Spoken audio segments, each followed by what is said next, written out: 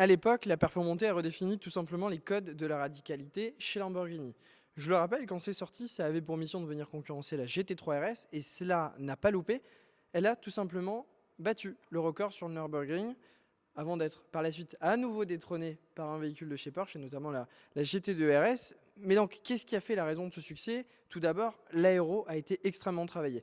On le voit au design du bouclier avant, c'est extrêmement acéré, beaucoup d'entrées d'air. Et d'ailleurs, les entrées d'air, on découvre sur la performantée le système ALA, qui est un système d'aéroactif, qui permet donc d'envoyer les flux d'air à gauche ou à droite afin d'envoyer tout simplement les flux là où c'est nécessaire afin d'avoir le maximum d'appui, notamment en courbe. On retrouve des trains roulants complètement retravaillés, une suspension typée circuit et également de nouvelles jantes avec un nouveau design en mono-écrou. D'ailleurs, le jaune que tu vois juste ici, tu vas le voir, c'est très intelligent sur la configuration, on s'y retrouve à l'intérieur.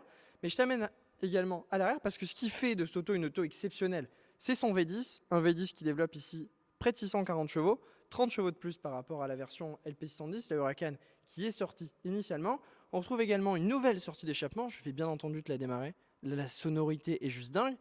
Cette sortie, d'ailleurs, cet échappement-là, on le retrouve sur la Evo par la suite, la version plus civilisée par rapport à la performantée. Et on retrouve également quelque chose, les roues arrière directionnelles, qui elles aussi seront sur la Evo. Et donc tous ces ingrédients mis bout à bout font que cette auto est juste dingue d'un point de vue radicalité. Et je peux te le confirmer, on était le week-end dernier sur Manicourt, un client l'avait et c'était juste dingue à le voir rouler avec cette auto et voir ce dont c'est capable.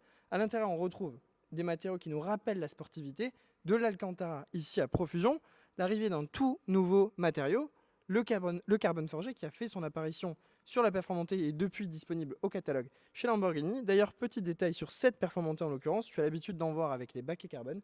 Ici, le choix a été fait des sièges confort et très sincèrement, je trouve que le choix est malin car les baquets carbone sont très très raides et au bout d'une journée de roulage, on a mal au dos. Et là, grâce à ces sièges, c'est juste parfait.